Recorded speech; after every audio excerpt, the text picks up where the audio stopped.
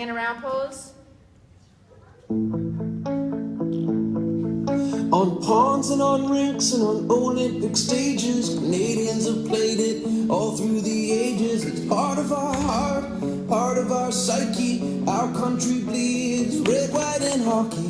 Maybe it's the winter, maybe it's the water. It's a birthright that's passed to our sons and our daughters. We're giving our hearts and our teeth and our blood for the glories, the stories, the game that we love.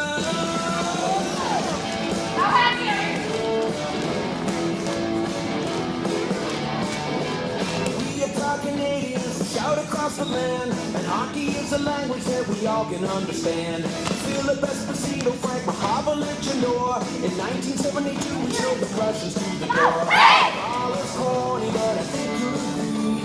We're clearly motivated by a favorite tree. This love affair needs no defense. 8 months of winter don't make no sense. Right here.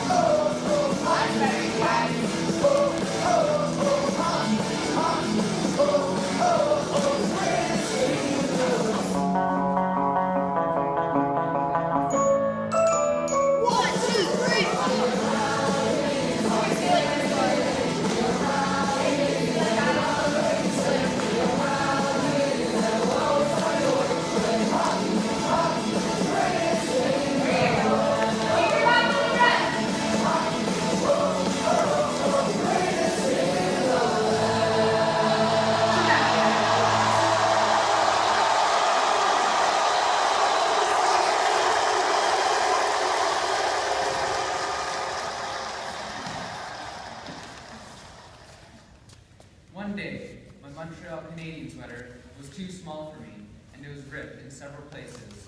My mother said, if you wear that old sweater, people are going to think we are poor. Then, she did what she did whenever we needed new clothes. She looked for a new sweater in the catalog that the Eaton Company in Montreal sent us in the mail every year. Because she only spoke French, and the order forms included in the catalog were written in English, she did what she always did. She took out a writing pad and wrote her fine school teacher's hand, Dear Monsieur Eaton, would you be so kind as to send me a Canadian hockey sweater for my son Rosh, who is 10 years old and a little bit tall for his age. Dr. Robitaille thinks he's a little too thin. I'm sending you $3. Please send me the change if there is any. I hope your packaging will be better than last time. Monsieur Eaton answered my mother's letter promptly. 2 weeks later, we received the sweater. That day, I had one of the greatest disappointments of my life. Instead of the red, white, and blue Montreal Canadian sweater, Monsieur Eaton had sent the blue and white sweater of the Toronto Maple Leafs. All my friends wore the red, white, and blue sweater.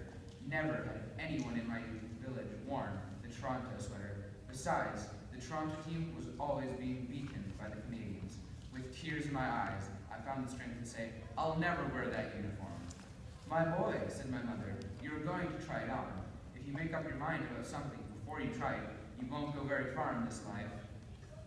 My mother had pulled the blue and white Toronto Maple Leaf sweater over my head and put my arms into the sleeves. She pulled the sweater down and carefully smoothed the maple leaf right in the middle of my chest. I was crying. I can't wear that. Why not? This sweater is a perfect fit. Maurice Richard would never wear it. You're not Maurice Richard. Besides, it's not what you put on your back that matters. It's what you put inside your head. So I had to wear the Toronto Maple Leaf sweater. Well, you can imagine what happened next. I went to the ice arena. The coach benched me. Then one of the team members was injured.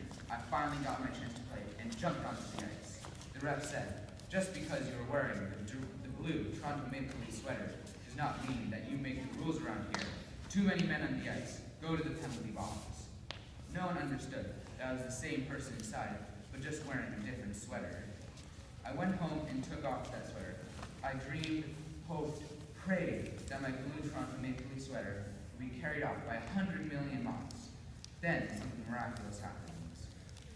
Behind the sign is Maurice Richard, who comes over and hands the boy a new sweater. The boy puts it on and they high five.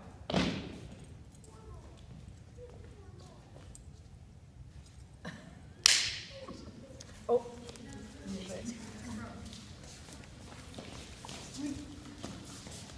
Haunt and one, two, three.